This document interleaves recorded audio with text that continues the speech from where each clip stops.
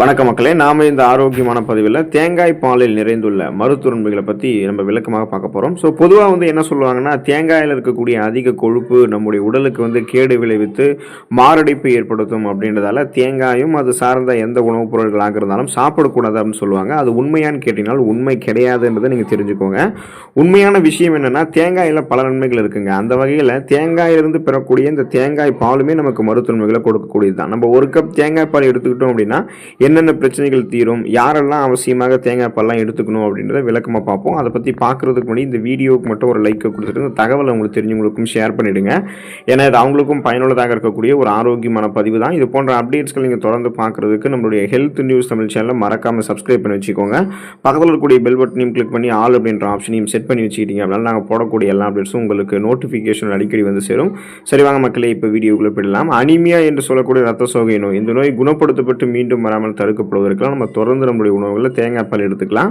போதுமான இரும்பு சத்து உடலில் இல்லாமல் இருப்பதால் பலருக்கும் இரும்பு சத்து குறைபாடு ஏற்பட்டு உடலில் ஹீமோகுளோபினுடைய கவுண்ட் ரத்தத்தில் குறைஞ்சு போயிடுங்க.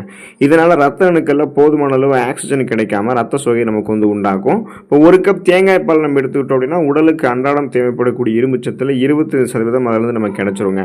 எனவே சிறியவர்கள் மற்றும் நடுத்தர வயது இருக்கிறவங்களாம் தேங்காய் பால் எடுத்துக்கொள்ளும் போது அந்த இரும்பு சத்து அவங்களுக்கு கிடைக்கும். ரத்த சிகப்பணுக்கள் கரெக்டான லெவலில் வர ஆரம்பிக்கும்.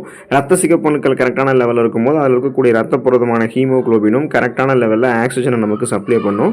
போதுமான அளவுக்கு ஆக்சிஜன் சப்ளை ஆகிறதால ரத்த சோகைக்கான அறிகுறிகளாக இருக்கக்கூடிய மயக்கம், தலைவலி, குமட்டல், வாந்தி, உடல் சோர்வு, உடல் பலவீனம், கவனமின்மை, இந்த மாதிரி அறிகுறி எதுவுமே இருக்காது. ரத்த சோகை பிரச்சனை நம்ம விடுபட்டு விடலாம். ஸோ அதுக்கு அந்த இரும்பு சத்து வேணும். ஹீமோகுளோபின் கவுண்ட்டை இன்க்ரீஸ் பண்ணிக்கிறதுக்கெல்லாம் தேங்காய் பால் நம்ம எடுத்துக்கொள்ளலாம். உங்களுடைய உடல் எடையை எந்த விதமான பக்க விளைவுகளும் இல்லாமல் ஆரோக்கியமான முறையில் குறைக்கிறதுக்கெல்லாம் நீங்கள் தேங்காய் பால் எடுத்துக்கலாம். இப்போ உடல் எடையை குறைக்கிறதுக்கு உடலுக்கு தேவையான அனைத்து சத்துக்களுமே கிடைக்க வேணும் அப்படின்னா அதுக்கு தேங்காய் பால் ஒரு சரியான தீர்வாக இருக்கும். அதாவது தேங்காய் பால் விரைவிலேயே பசி உங்களுக்கு அடக்கிடுங்க. இதனால் அதிக உணவுகள், அதிக கலோரிகள் இருந்திருக்கக்கூடிய உணவுகள்லாம் எடுத்துக்கொண்டு உங்களுடைய உடல் எடையை அதிகரிக்கிறத நீங்கள் முதல்ல தடுத்துக்கலாம். இப்போ உடல் எடையை அதிகரிக்கக்கூடாது அப்படின்னா நம்ம அந்த அதிக கலோரிகள் இருந்திருக்கக்கூடிய உணவுகளை எடுத்துக்கொள்ளக்கூடாது. தேங்காய் பால் போன்ற குறைந்த கலோரிகள் இருக்கக்கூடிய உணவுகள் எடுத்துக்கொண்டு பசியை கட்டுப்படுத்தி தான் வெயிட் லாஸ் பண்ணணும். இப்போ நீங்கள் தேங்காய் பால் சாப்பிட்டீங்கன்னா உங்களுடைய பசி கண்ட்ரோல் ஆகிடும். தேங்காய் பால் இருக்கக்கூடிய நார் சத்து, நீர் சத்து எல்லாமே ஏற்கனவே உங்களுடைய உடலில் தேங்கியிருக்கக்கூடிய அதிகப்படியான கொழுப்புகளை கரைத்து ஆற்றலாக மாற்றி கொடுத்துரும். அதாவது கொலஸ்ட்ரால்ஸ் எல்லாம் உங்களுக்கு பேர்ன் பண்ணி எரிச்சிடும். உங்களுக்கு எனர்ஜியாக அதை கன்வெர்ட் பண்ணி கொடுத்துறதால தொப்பை, தேவையில்லாத கொழுப்புகள் இதெல்லாமே உங்களுக்கு குறைக்கப்பட்டு கட்டுக்கோப்பான உடலமைப்பை நீங்கள் உடனே பெறுவீங்க. ஸோ வெயிட் லாஸ் பண்ணணும்னாலே நம்ம பட்டினி கிடந்தாலும் வெயிட் லாஸ் பண்ண முடியாது. அது உடலுக்கு பக்க விளைவுகள் ஏற்படுத்தும். பசியை கட்டுப்படுத்தி தான் வெயிட் லாஸ் பண்ணும். அதனால் நீங்கள் தேங்காய் பால் எடுத்து பசியை கண்ட்ரோல் பண்ணி வெயிட் லாஸ் பண்ணீங்க அப்படின்னா உங்களுக்கு கரெக்டான லெவலில் அது இருக்கும். வாதம் தொடர்பான பிரச்சனைகளிலிருந்து விடுபடுவதற்கு தேங்காய் பால் எடுத்துக்கலாம். பொதுவாக குறைந்த அளவு செலினியம் இருப்பவர்களுக்கு முடக்குவாதம் ஏற்படுவதற்கு அதிக வாய்ப்புகள் இருக்குது. ஸோ இப்படிப்பட்ட செலினியம் தேங்காய் பாலில் அதிகமாக இருக்குங்க. ஸோ அதனால் அந்த செலினியம் சத்து குறைபாட்டை நீக்கிறதுக்கு நீங்கள் தேங்காய் பால் எடுத்துக்கிட்டீங்கன்னா நல்ல நிவாரணம் உங்களுக்கு கிடைக்கும். அதே போல் இதில் இருக்கக்கூடிய அந்த அதிக அளவு பொட்டாசியம் சத்து ரத்த கொதிப்பினுடைய அளவையுமே உங்களுக்கு குறைக்கும். அதாவது பிபி என்று சொல்லக்கூடிய அந்த பிளட் ப்ரெஷர், அந்த ப்ராப்ளத்திலிருந்து உங்களை விடுபட வைக்கும். அந்த மூட்டு வலி, முடக்குவாதம், இந்த மாதிரி வாதம் தொடர்பான பிரச்சனைகள் இருக்குன்னா அதுலேருந்து விடுபடுவதற்கு தேங்காய் பால் நீங்கள் எடுத்துக்கொள்ளலாம். கொழுப்பு, அந்த கொலஸ்ட்ரால் பிரச்சனை உங்களுக்கு குறையணும் அப்படின்னா அந்த தேவையில்லாத கொலஸ்ட்ரால்ஸ் குறைக்கிறதுக்கெல்லாம் நீங்கள் தேங்காய் பால் எடுத்துக்கலாம்.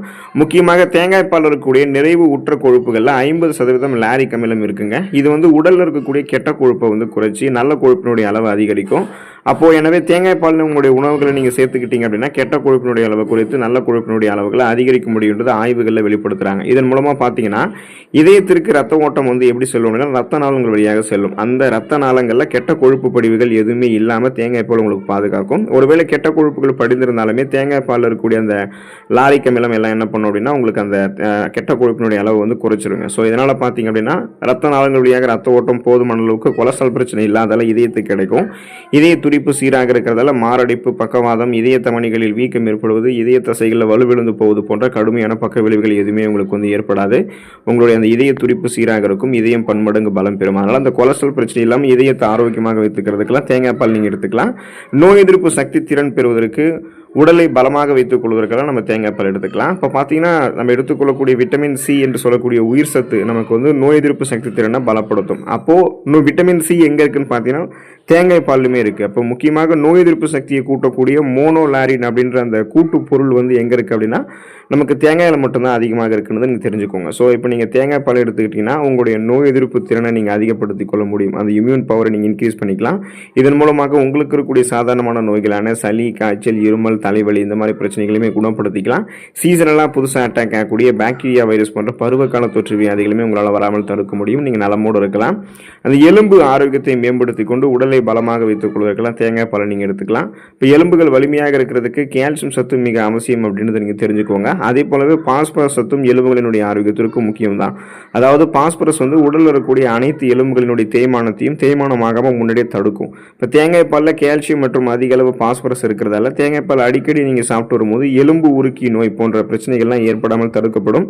ஆஸ்டியோபோரோசிஸ், எலும்பு உருக்கி, எலும்பு மெலிவு நோய், குறிப்பாக மூட்டு வலி, முடக்குவாதம் இந்த மாதிரி எந்த பிரச்சனையும் இருக்காது. எலும்பு மஜ்ஜைகளில் ஏற்படக்கூடிய பிரச்சனை இது மாதிரி எதுவுமே உங்களுக்கு இருக்காதுங்க.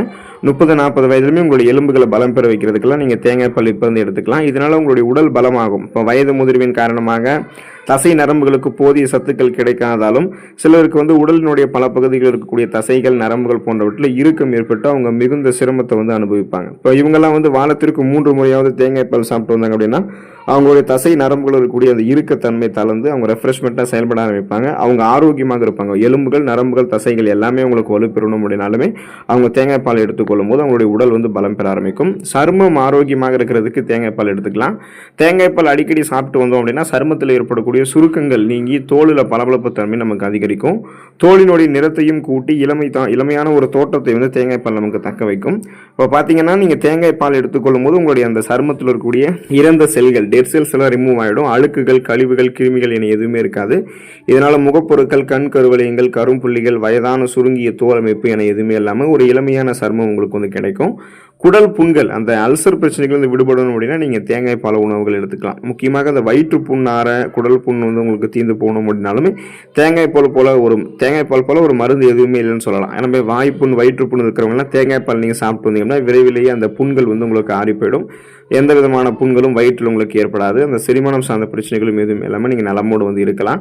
ஸோ இப்போ இந்த அளவுக்கு நீங்கள் நன்மைகளை பெறணும் அப்படின்னா தொடர்ந்து தேங்காய் பால் வந்து உங்களுடைய உணவுகள் எடுத்துக்கொள்ளணுங்க. அப்போ தான் உங்களுக்கு இந்த நன்மைகள் கிடைக்கும். அப்போது இந்த நன்மைகளை உங்களுக்கு வழங்குவதற்கு தேங்காய் பால் இருக்கக்கூடிய ஊட்டச்சத்துக்களும் ஒரு விதத்தில் காரணமாக இருக்குது. அப்படி என்னென்ன ஊட்டச்சத்துக்கள் தேங்காய் பால் இருக்குன்னு பார்த்தீங்கன்னா விட்டமின் சி என்று சொல்லக்கூடிய உயிர் சத்து, விட்டமின் இ, தயாமின், நியாசின், ஃபேண்டோத்தனிக் அமிலம், ரிஃபோஃப்ளோவின், மேலும் அப்புறம் தாது உப்புகளாக இருக்கக்கூடிய கால்சியம், தாமிரம், இரும்புச்சத்து, மெக்னீசியம், பாஸ்பரஸ், செலினியம், துத்தநாகம், பொட்டாசியம் போன்றவைகள் இருக்குது. போதுமான அளவுக்கு கார்போஹைட்ரேட்டும் தேங்காய் பால் இருக்குங்க. இந்த சத்துக்கள் எல்லாமே உங்களுக்கு தேங்காய் பால் வந்து கொடுக்கறதால தான் உங்களுடைய உடலில் பல்வேறு விதமான நோய்களை தேங்காய் பால் வந்து உங்களுக்கு வந்து குணப்படுத்தி மீண்டும் வராமல் தடுக்கிறது. அப்போ நீங்கள் தேங்காய் பால் எடுத்துக்கொள்ளக்கூடிய அளவு அப்படின்னு பார்த்தீங்க அப்படின்னா தேங்காய் பாலை நீங்கள் எடுத்துக்கொள்ளும் போது அந்த ஒரு மிதமான அளவில் நீங்கள் எடுத்துக்கணும். தினமும் 1/2 கப்பில் ஆரம்பித்து 1 கப் வரைக்கும் தான் குடிக்கிறது உங்களுக்கு நல்லது. சில நிபுணர்கள் வந்து அந்த முதுகுத்தண்டு ஆரோக்கியத்திற்காக தினமும் ஒரு 50 மில்லி காலை மற்றும் மாலை அப்படின்னு 2 வேளைகளில் தேங்காய் பால் எடுத்துக்கலாம்னு சொல்லுவாங்க. இது கலோரிகள் மற்றும் நிறைவுற்ற கொழுப்புகளை கொண்டிருக்கிறதால அதிகப்படியாக வந்து பார்த்தீங்கன்னா 1-2 கப் வரைக்கும் நீங்கள் என்ன பண்ணலாம்னா அதிகப்படியான அளவு வந்து தவிர்க்கப்பட்டு வாரத்திற்கு 3-4 முறை மட்டுமே உங்களுடைய உணவுகளை நீங்கள் சேர்க்கறது தான் ஆரோக்கியத்திற்கு உங்களுக்கு நல்லதுன்றதை குறிப்பிடுறாங்க. அதாவது பார்த்தீங்கன்னா வாரத்தில் ஏதாவது 3 அல்லது 4 முறை வந்து 1-2 கப் அளவு நீங்கள் இந்த தேங்காய் பால் எடுத்துக்கிட்டீங்க அப்படின்னாலே போதுமானதான். இதுவே உங்களுக்கு அத்தியாவசியமான ஊட்டச்சத்துக்களை கொடுத்து உடலை பலம் பெற வைக்கும். எந்த நோயும் அட்டாக் ஆகாமல் உடலை பாதுகாத்துக் கொள்ளும். நீங்களும் நலமோடு இருக்கலாம். ஸோ அடுத்த ஆரோக்கியமான பதிவில் மறக்காம சந்திப்போம். நன்றி மக்களே.